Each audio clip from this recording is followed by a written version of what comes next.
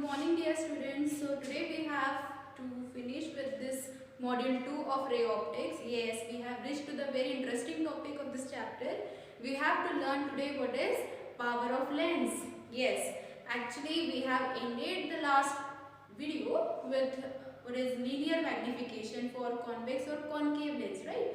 So here I will provide you some tricks for the numerical with the comparison of concave convex mirror and concave convex lens. So linear magnification for concave convex mirror, we know that it is given as m equivalent to minus of v upon u. Means linear magnification is the ratio of height of the image with height of the object. So v is height of the image with respect to height of the object u, but it is with the negative sign. So if your mod of m is greater than 1, then your image is magnified. If mod of m is less than 1, then image is diminished. And if mod of m is equivalent to 1, then your image is same sized as that of object. And these three are the similarities found to be in your concave convex lens. The linear magnification for this given as m equivalent to v by u, means with the help of ratio of distance of the image to the distance of the object, we can find again the same similarity in this case. It is also mod of 1 greater than 1, it is magnified image. Similarly, if your mod of 1 is less than 1, it is diminished, and mod of n is equivalent to 1, means it is same sized.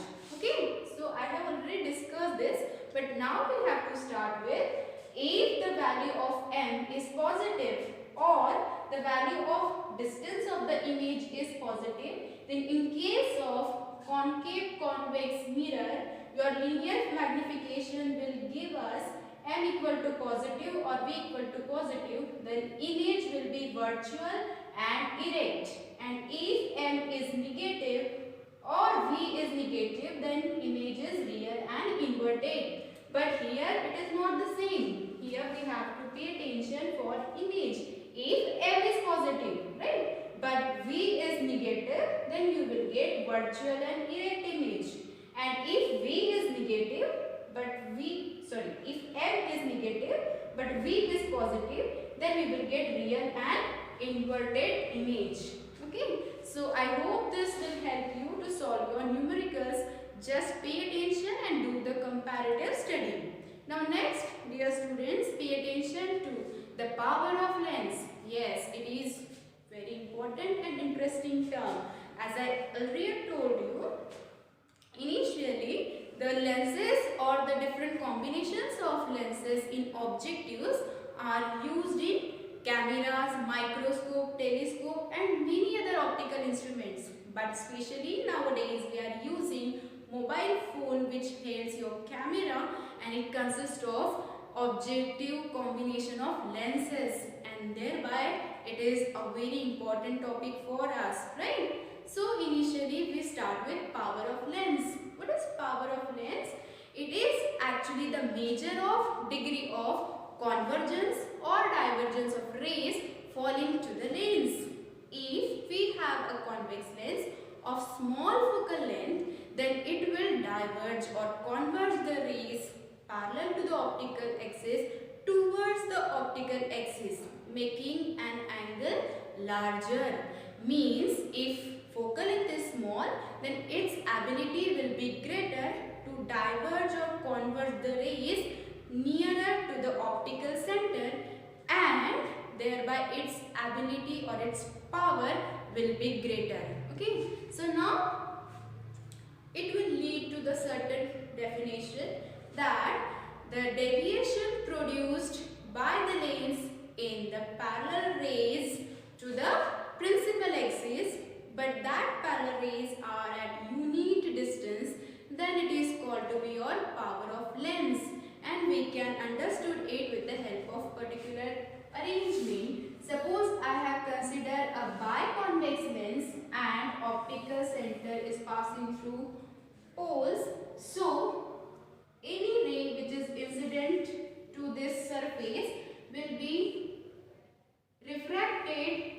certain angle.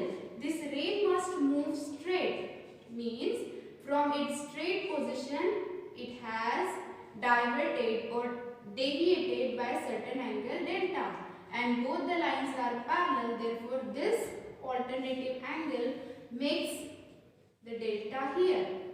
How can we calculate this position? We know that this will be the distance h, means your height of the object, right? And from optical center to the focus where your line is meeting is nothing but the distance called to be focal length. So thereby, by the definition, your tan delta is equivalent to the distance between opposite, which is h, upon adjacent, which is OF, and ultimately focal length f, right? Implies that your delta is equivalent to h upon f. If suppose I know the value of h is equivalent to 1 unit from the optical axis, right? So principal axis, then we can say that your delta is equivalent to 1 upon f, which implies power of lens is equivalent to 1 upon f. And now thereby you can define by yourself power of lens is the reciprocal of focal length, right? Now just start with its unit. The SI unit of power of lens is diopter, denoted by capital D. This diopter is a unit, SI unit of power of lens. Suppose in this case, I know P is equivalent to 1, but if I put the value of F is equivalent to E, F is equivalent to 1 meter, then we get 1 meter inverse, right? So thereby we can define what is 1 diopter. 1 diopter is the power of lens which has a focal length of 1 meter, right? So here we have understood how the power is related to your focal length, right? Suppose we have a convex lens, as it is a converging lens and it has a positive focal length, therefore power of lens of converging lens is also positive. But contrary to this, the power of diverging lens, because of its negative focal length, having negative power. So now if any optician suggests or prescribed us to use a corrective lens of plus 2.5 diopter, so what we will conclude with this? If he suggests us to use the lens or corrective lens of 2.5 diopter, means your F is equivalent to 1 upon plus 2.5 diopter, right? So thereby 1 upon 2.5 is 0.40 and diopter is meter inverse. If it is going to upward, means 0.40 meter, and F becomes equivalent to 40 centimeter, right? So this will be the conclusion, okay? So here we get a very important information. Similarly, if that optician prescribed us negative minus 4 meter, then we can lead to the value particularly plus 2.5 diopter, okay? So here you can do now it by yourself. Dear student, it's a very important application because we are not using a single lens. We are actually using a combination of lenses. But you can see here, to use or understand the combination of this thin lens, we have to learn clearly what is power of lens.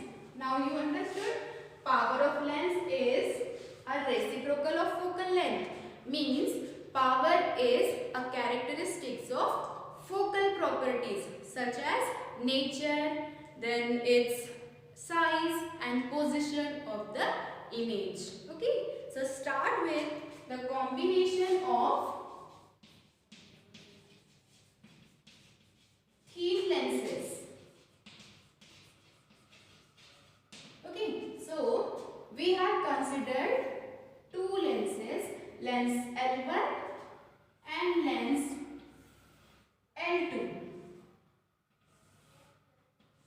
with co-axis. So this is a center of lens 1 and this is C2 is the center of lens 2 with focal length f1 and f2. Right?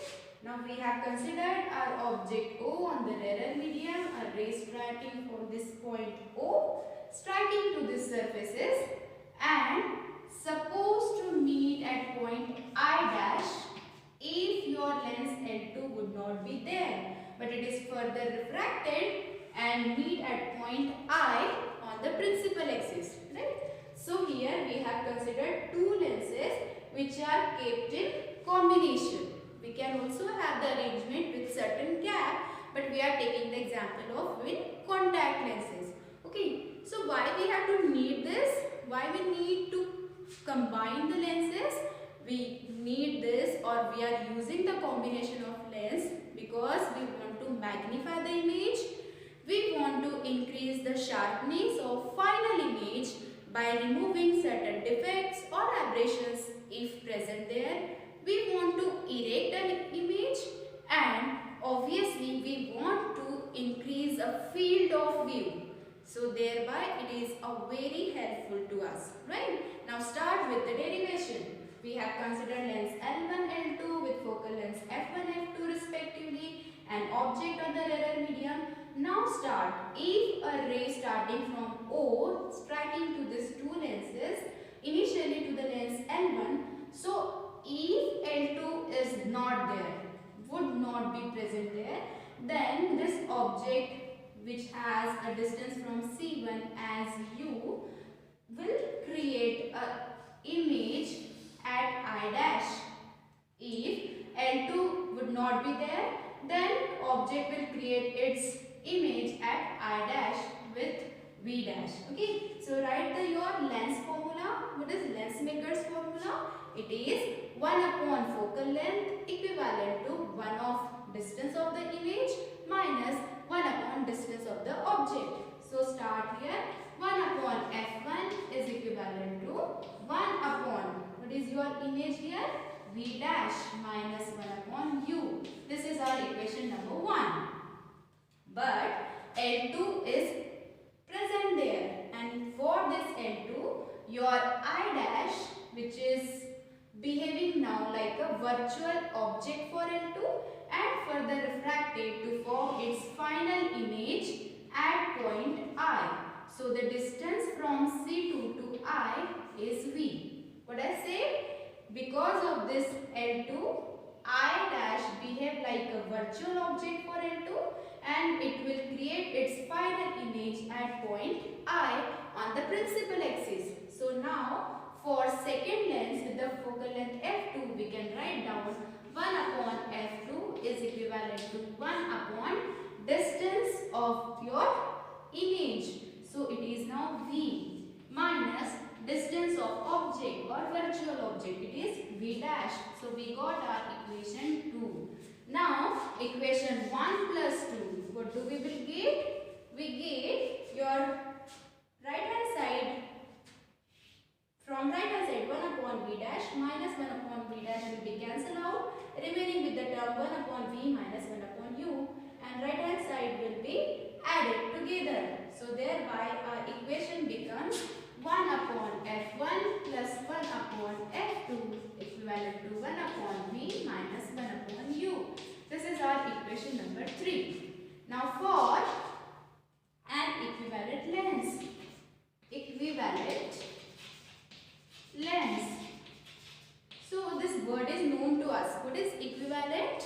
Equivalent lens means it will create an image of the same object at the same position as it was formed by the combination of lenses, and thereby it is called as equivalent lens, right? Means after combination of two lenses we will get a single lens which will create the same image at same position as it was done by the combination, so called to be equivalent lens. For this your equation 1 upon F is equivalent to 1 upon V minus 1 upon U. This is our equation 4. As you can see, comparing equation 3 and 4, right hand sides are same. our left side 1 upon f equivalent to 1 upon f1 plus 1 upon f2. Right? From this, what we conclude? It is actually reciprocal of focal length, means your power is equivalent to addition of P1 plus P2. Right? So here we understood power is a combination of individual powers of focal length is the addition of focal length f1 and f2. So based on this term, we also lead to the definition of total magnification. What is total magnification? It is the product of magnifications produced by individual lenses. Like if we know total magnification is m, so it will be equivalent to m1 into m2 into m3 and so on up to mn if we have n combinations, right? What it actually interprets? It interprets your image is being magnified by the second lens which is already created by the preceding lens. Means the image is magnified which is already being created or magnified by your preceding lens. Thereby the magnification is product of your all the individual magnifications created by different lenses. So here we understood what is power of lens. We understood how we will reach to the particular equation by making a combination of thin lenses, and of course a very important trick to understood the numericals with the help of their linear magnifications. Okay, so dear students, we have done here with the module 2 where we have understood different concepts of refraction, we undergone the application of refraction, we lead to the concept of total internal reflection, then leading to the refraction through spherical surfaces, giving an idea of Lense-Better's formula,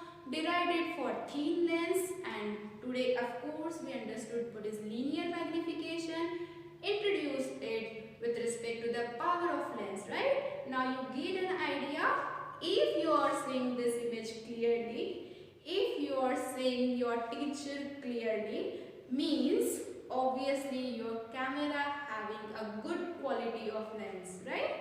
So thank you for this video today, and next module will be uploaded soon by Govind Sharma sir. Okay.